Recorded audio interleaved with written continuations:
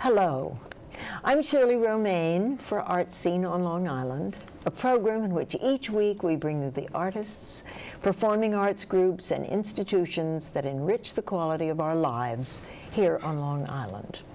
My guests this evening are two wonderful musical artists. They've been friends and colleagues for many years. They are Helene Williams, who is my favorite soprano. Oh, yes. thank you. And composer, conductor, pianist, and cabarettist Leonard Lehrman.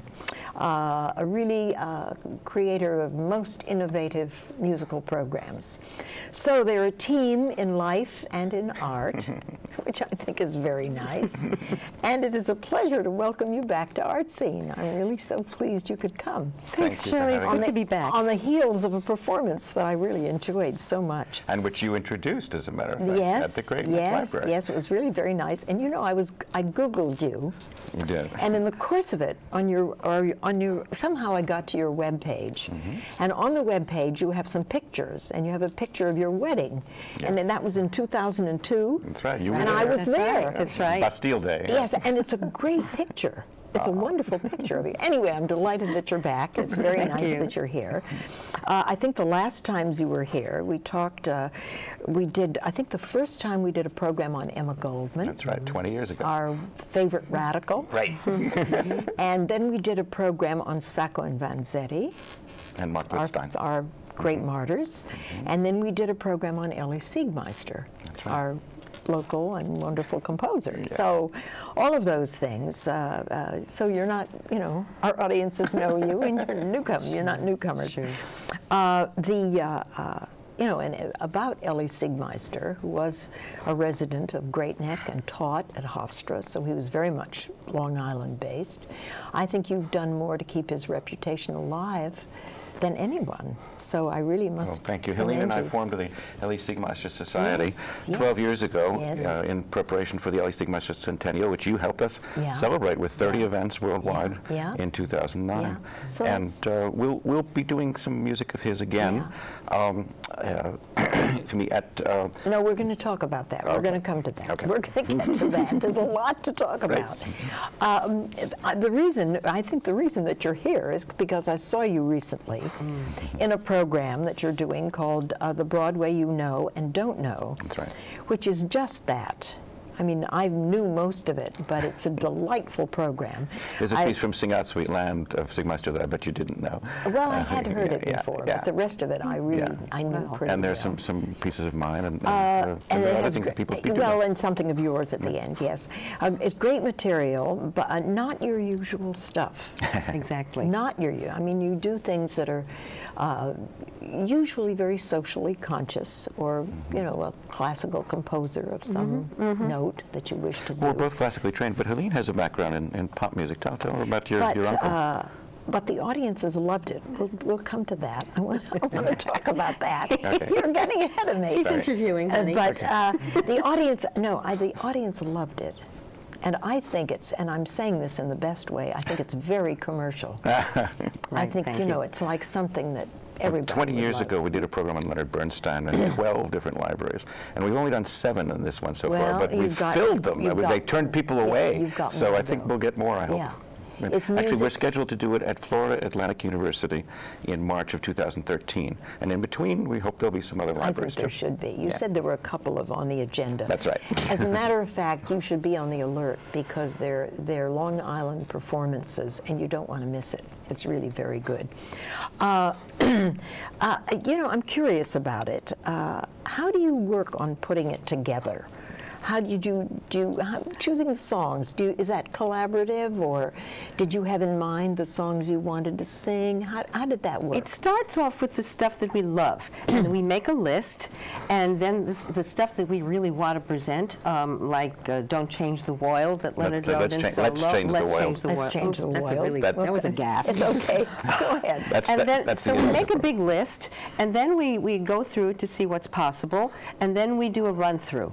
Yeah. And then we massage that run through and maybe move some things around. Yeah. And then actually we made one change after our first performance. We decided to do a little bit more of Finian's Rainbow and a little bit less of Guys and Dolls we eliminated, actually. We had that, but because she didn't have as much singing as I did, and she's a much better singer than I am. But maybe we should start with the piece that you introduced, actually, at the Great Neck Library. Well, I think I will, but I want to ask you first about the arrangements, because I'm interested. Do you use the the music as it's printed, or do you do arrangements? How do you do it? How do you put it together? Some of it is unavailable, like this piece from Sing Out Sweet Land. I had to basically take it off the record myself and figure it out. Transcribe it. But most of it, we go to the original scores, not the simplified arrangements or pop arrangements. To the original scores, and then we embellish them. And we pick the right keys, which is not that easy sometimes. Well, that's why it's nice to have you around, because you can do that. Not everybody can. Very nice. Yes. Thanks to Ellie Siegmeister. Yes, very nice. You mean. Now, but I'd really, let's hear one of the songs from the show, because I'd love to. It's from Cats. And the show has a special meaning to us, because a very, very dear friend of ours, Bill Grossman, was the associate conductor of the production. And he did many projects with us, including the Rosenberg Cantata, and he did Credible Rock with me at Harvard. And he passed away fairly recently, and this is sort of memory in his memory. Yeah, well, and it's Memories. That's the song from Cats. That's right. And I think, is there anything you want to tell us about working on it? Oh, that's a really interesting question, because in order to get into this character, I had to call up different images from my life and maybe from television and all sorts of drama to attach to it. Yeah. Because I certainly wasn't one of those girls standing out on the street, memory. Being a cat. But everybody's had a longing for something, and that's basically what I've brought to that, I think. Let me just say this, I'm digressing, but I think it's one of the things that makes you my favorite soprano, is that you do that. I mean, you really bring, you work like an actor. We're going to have to put that on our website. My favorite soprano, Shirley Romaine. No, Absolutely. do it, because it's true. She's my favorite soprano, and I do think, the fact that Cats, that they realized it in this production, whatever you thought of it. It's based on a book of Cats by T.S. Eliot. Right. And I guess the music is by Andrew Lloyd Webber. That's yes? right. That's right. So why don't we go to that first cut that we have of Helene Williams singing Memories. Memory.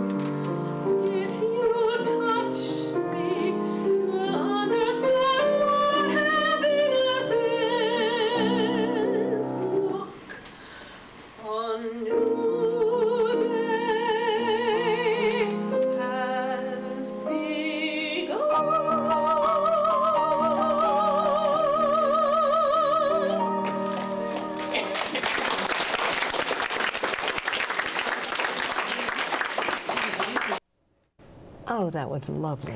Thank you. Now tell our viewers what you just told me. Right. It's very.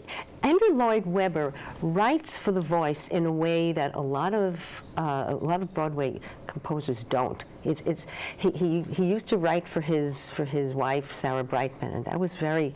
She had a very lovely, sweet, clear, operatic, pure type of voice. And I find, since I come from a mixed background. I come from a pop background and a classical background. My mother's brother was Walter Gross, who wrote Tenderly.